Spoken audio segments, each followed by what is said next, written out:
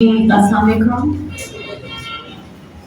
پہلے تو بہت بہت شکریہ زاہد فاروق صاحب، عارف حسن صاحب کا.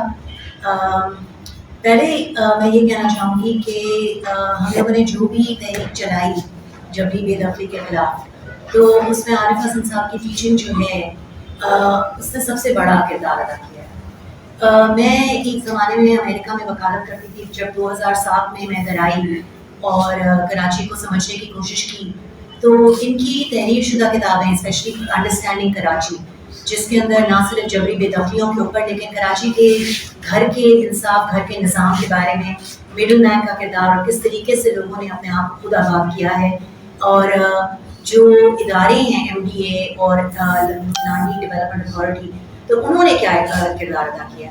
تو یہ سب چیزیں سمجھنی، کراچی کا نظام سمجھنا، اور اس کے علاوہ جو ریزسٹنس اور جدوجہد لوگوں نے کی ہے اس کا طریقہ کار بھی. تو گجر اور اورنگی نالہ کے بارے میں بات کروں گی، لیکن اس کے علاوہ ہماری ایک اسٹرگل ملیر ایکسپریس وے کے خلاف بھی رہی ہے. اور ملیر ایکسپریس وے کے خلاف جو ہم نے اسٹرگل چلائی پچھلے 1-2 سال میں، اور ایشین ڈیولپمنٹ بینک سے 5 ملین روکے، تو اس کے اندر بھی جو پچھلے 20-25 سال اسپیشلی 90s کی دہائی کے اندر جو انٹرنیشنل فائنینشیل انسٹیٹیوشنز کے خلاف ایک کامیاب اسٹرگل رہی ہے، LBOD کے خلاف اور لیاری ایکسپریس وے کے خلاف. لیاری ایکسپریس وے میں جس طریقے سے لوگوں نے متحدہ ہو کر سارے جو ایشوز تھے، پرابلمس تھے ری سیٹلمنٹ اور اس روڈ کو بنانے کے، تو اس کی آگاہی کی. تو اس کے اندر ان سب کا کردار ہے، زاہد بھائی کا، یونس بھائی کا.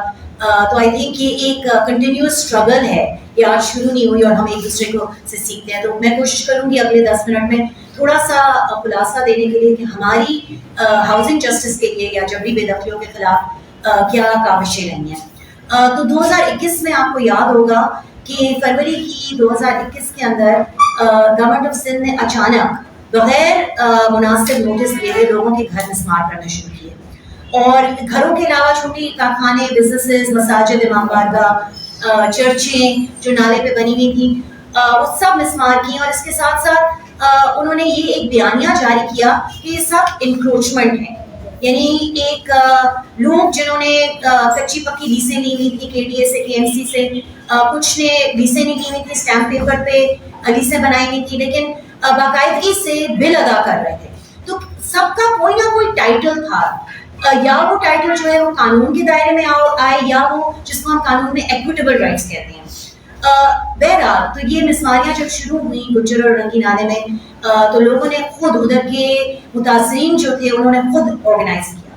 تو یہ میں نہیں کہوں گی کہ باہر سے کوئی آیا، اور جو ایک ہمارے ملک کا نظام ہے کہ فوراً جو بھی اپنا گھر بچانے کی کوشش کرتا ہے یا اپنی زمین یا قدرتی وسائل، تو اس کے اوپر ایک FIR درج ہو جاتی ہے. تو ہمیں یہ بھی دیکھنا ہے کہ نظام کا کیا طریقہ کار ہے لوگوں کو خاموش کرانے کا. اس کو امریکہ میں ہم پرزن انڈسٹریل کمپلیکس کہتے ہیں، جو افریقن امریکنس کے خلاف یوز ہوتا ہے. تو ادھر میں کہوں گی کہ ہمارے پاس ایک فالس کرمنلائزیشن یا ایک FIR کمپلیکس چل رہا ہے، جس میں غلط سلط دہشت گردی کے الزامات لوگوں کے اوپر لگائے جاتے ہیں، حالانکہ وہ صرف اپنی زمین کو بچانے کے لیے نکلے ہوتے ہیں. تو اب لیگل نقطۂ نظر سے میں آپ کو بتاؤں گی کہ یہ اسٹرگل جو ہے یہ کافی ملٹی فیسیٹڈ رہی ہے، اور جس کو بھی اپنا گھر اور زمین بچانی ہے آپ کو یعنی کہ کئی گراؤنڈ ایک ساتھ کور کرنے پڑیں گے. تو فروری اور مارچ اپریل کے اندر ہم نے دھڑا دھڑ انکروچمنٹ ٹرائیبیونل میں لوگوں کو فیسیلیٹیٹ کیا کہ وہ سٹیز حاصل کریں، اور لوگوں کو یہ سٹیز ملے بھی. اور جب مشین پہنچتی تھی اور لوگ اپنا ایک ٹرائیبیونل کا سٹے اپنے دروازے پہ چپکا دیتے تھے اور ایک بلڈوزر کو روک پاتے تھے، تو آئی تھنک یہ لوگوں کے لیے ایک بہت ہی قابل فخر امپاورنگ ایکٹ تھا کہ ہم کورٹ میں جا کر ایک سٹے حاصل کر سکتے ہیں. بہرحال کیونکہ ہمیں پتہ چلا کہ اس میں NLC، FW، NDMA اور بہت سے نظامی ادارے شامل ہیں، تو یہ سٹیز جو ہیں یہ زیادہ دیر رکیں گے نہیں اور چلیں گے نہیں. تو پھر ہم ہائی کورٹ کی طرف اپروچ کرتے ہیں، اور ہائی کورٹ میں جسٹس حسن اظہر رضوی جو سپریم کورٹ کے جج ہیں، انہوں نے May 18 of 2021 اس پوری ڈیمولیشن کو سٹے دے دیا. یہ تو پورا جو ایک ایپریٹس تھا ڈیمولیشن کا وہ اچانک سندھ ہائی کورٹ نے روک دیا. تو یہ بھی ہمارے لیے ایک بہت بڑی فخر اور کامیابی کی بات تھی. اور اس کے ساتھ ساتھ جتنے بھی متاثرین تھے وہ ہر اسٹرگل میں، ہر ہیئرنگ کے اندر کورٹ کے باہر ہوتے تھے. کیونکہ ہمیں یہ سمجھ میں آ گیا تھا کہ جب تک وکیلوں کو, ججز کو لوگوں کی پاور, سڑک کی پاور نظر نہیں آئے گی تو وہ ان کے حق میں فیصلہ نہیں دیں گے. بہرحال اس اسٹے کے ملنے کے بعد جسٹس گلزار نے ایک ہنگامی بینچ رکھی کراچی میں اور ود ان 1 month اس اسٹے کو رد کر دیا اور مسماریاں پھر سے شروع ہو گئیں اور لوگوں کو اس بات سے بڑا رنج بھی ہوا اور ایک طرح سے ایسا لگا کہ ہم لوگوں نے اتنی بڑی ایک لیگل بیٹل ٹرائبیونلز میں کی, سندھ ہائی کورٹ تک لے کے گئے, لیکن وہ ایک یعنی کہ پین کے نشان سے اس مسماری کو پھر سے جاری کر دیا گیا. اس وقت ہم لوگوں نے یہ بھی کیا کہ ہم لوگوں نے ریہیبلیٹیشن کے اوپر فوکس کیا. ہم کیونکہ مسماریوں کو روک نہیں سکے اور تو ہم نے یہ کوشش کی کہ ہم لوگ ریہیبلیٹیشن پہ فوکس کریں اور بین الاقوامی سطح کے اوپر بھی اس کیس کو لے کے جائیں. تو جون میں ہم لوگوں نے اپروچ کیا تھا یونائٹڈ نیشنز کے کئی حصے ہیں, کئی ادارے ہیں. تو ان کا ایک ادارہ جو ہے وہ ہے office of the high commissioner for human rights جو جنیوا بیسڈ ہے اور ان کے انڈر آتے ہیں کئی UN ریپٹورز جو اسپیشلسٹ ہوتے ہیں. تو ایک ریپٹور جو ہے راجا گوپال صاحب وہ ہاؤسنگ جسٹس کو دیکھتے ہیں. تو ہم نے ان سے رابطہ کیا اور انہوں نے باقی کئی ریپٹورز کو شامل کیا اور 2 کمیونیکیشنز UN کے ریپٹورز کی طرف سے گئی ہیں حکومت سندھ کو, جن پہ حکومت سندھ پہ تھوڑا بہت پریشر پڑا. تو اگر آپ اپنا قانونی بیٹلز جیت کے پھر ہار جائیں تو پھر آپ کے پاس اتنے آپشنز ہی رہ سکتے ہیں. احتجاج جو ہے وہ ہماری اسٹرگل کا ایک بہت بڑا حصہ رہا ہے. Economic, social rights, political rights کی ہم نے باقاعدہ کنونشن سائن کی ہیں اور وہ قانون ایک طرح سے ہم پر لاگو ہوتے ہیں. UN کے ریپٹورز کے علاوہ ہم لوگوں نے ایک اور طریقہ کار اختیار کیا جو ورلڈ بینک. تو یہ بھی ہماری لرننگ تھی کہ ہمارے جو پرانے پچھلے دہائیوں کے ایکٹیوسٹ رہے ہیں انہوں نے LBOD کے کیس کو ADB اور ورلڈ بینک کے سامنے چیلنج کیا. تو ہمارا یہ مطالبہ تھا کہ ورلڈ بینک کا سویپ پروجیکٹ جو ہے وہ انڈائریکٹلی ان مسماریوں سے فائدہ اٹھائے. کیوں؟ کیونکہ سویپ کا پروجیکٹ جو تھا وہ کراچی کے سالڈ ویسٹ انفراسٹرکچر کو اپ گریڈ کرنے کے لیے حکومت سندھ کو کافی حد تک یعنی کہ بہت پیسے دیے گئے تھے. تو ہم نے ساری ان کی EIA لیجیٹمیٹ ہے یا نہیں, اس پہ میرٹس پہ بات ہو. تو ہم نے جب پہلا اسٹیج ون کر لیا تو اس کے بعد جو ادھر ورلڈ بینک کا پاکستانی نظام تھا, پاکستانی ادھر کے جو پرسنل تھے وہ کراچی آئے اور انہوں نے باقاعدہ ہم سے میٹنگس کی اور ہماری ایک جیت یہ رہی کہ $100 million ہم نے ان کے تقریباً ناٹ $100 million $10 million ہم نے ان کے روکے جو کمپوننٹ 1 کے لیے وہ designated as retro active funding کہ آپ ایک دفعہ نالے کی صفائی کر دیں تو ہم آپ کو اس کو دیں گے. لیکن ورلڈ بینک کے کیونکہ خود کے اصول ہیں 2018 میں ان لوگوں نے اپنے اصولوں کو اپ گریڈ کیا تھا اور environmental and social frame work ESS5 جو ہے وہ اسپیشلی جبری بے دخلیوں پہ ڈیڈیکیٹڈ ہے. تو ہم نے انہی کے اصول انہی کے خلاف استعمال کیے اور ان کا سسٹم ہمارے لیے فائدہ مند رہا, مفید رہا اور ہم سویپ کے پیسے روک سکے. لیکن اس سے زیادہ اہم یہ بات تھی کہ اس لیے ہمارے لیے ایک سیاسی کامیابی تھی کیونکہ اس وقت حکومت سندھ تقریباً $838 million ورلڈ بینک سے دیگر پروجیکٹس کے لیے لے رہی تھی اور ان کے لیے وہ یہ بھی ریڈی تھی کہ ہم ریہیبلیٹیشن کی ریگولیشنز پاس کریں. تو ورلڈ بینک کی ESS5 کی ریگولیشنز کو دیکھ کر گورنمنٹ آف سندھ نے اپنی ایک ریہیبلیٹیشن پالیسی بنائی. اچھا اب فاسٹ فارورڈ کرتے ہیں 21 اور 22 میں ہم پہنچتے ہیں. تو حکومت سندھ کو ہم نے یہ بھی پریشر کیا کہ آپ لوگوں کو جب تک متبادلہ نہیں دیتے تو آپ ان کو رینٹ سپورٹ دیں, اسٹاپ کیپ. تو حکومت سندھ نے ایک PCIC کمیٹی بنی تھی جس میں ہمارے مراد علی شاہ چیف منسٹر شامل تھے, کور کمانڈر شامل تھے. اس PCIC کمیٹی تک ہم پہنچ نہیں سکے. البتہ ہمیں یہ پتہ چلا کہ ان لوگوں نے فیصلہ کیا ہے کہ 4 انسٹالمنٹس لوگوں کو دی جائیں گی ایز رینٹل سپورٹس, 15,000 مہینہ اور تقریباً 90,000 فی انسٹالمنٹ 6 مہینے کی 1 سال. تو لوگوں کو جب یہ بے دخل کر رہے تھے تو دھڑا دھڑ وداؤٹ چیکنگ لیگل اسٹیٹس ان لوگوں نے لوگوں کو رینٹل سپورٹ دی.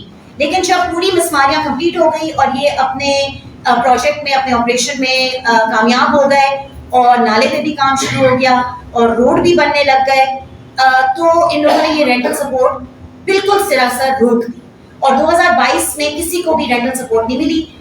لوگوں نے مستقل رنگی نالا کی کمیٹی نے اور گجر نالا کی کمیٹی نے احتجاج کیے اور ہمارے جو وکیل فیصل صدیقی تھے ہم ان کے پاس لگاتار گئے کہ آپ سپریم کورٹ کے لائر ہیں, آپ کنٹیمپٹ فائل کریں. تو وہ بھی کیونکہ سمجھتے ہیں سپریم کورٹ کی سیاست کو, تو انہوں نے کہا کہ آپ لوگ تھوڑا سا انتظار کریں, بینچ کو بدل لینے. اور ایسا ہی ہوا. اگست 23 کے اندر ہم لوگ اپیئر ہوتے ہیں سپریم کورٹ میں. سپریم کورٹ کی بینچ آتی ہے کراچی. اب گلزار صاحب جو تھے وہ ریٹائر ہو چکے ہیں, اور گلزار صاحب کی جگہ پر 2 نئے ججز آتے ہیں, جسٹس مظہر علی اور جسٹس حسن اظہر.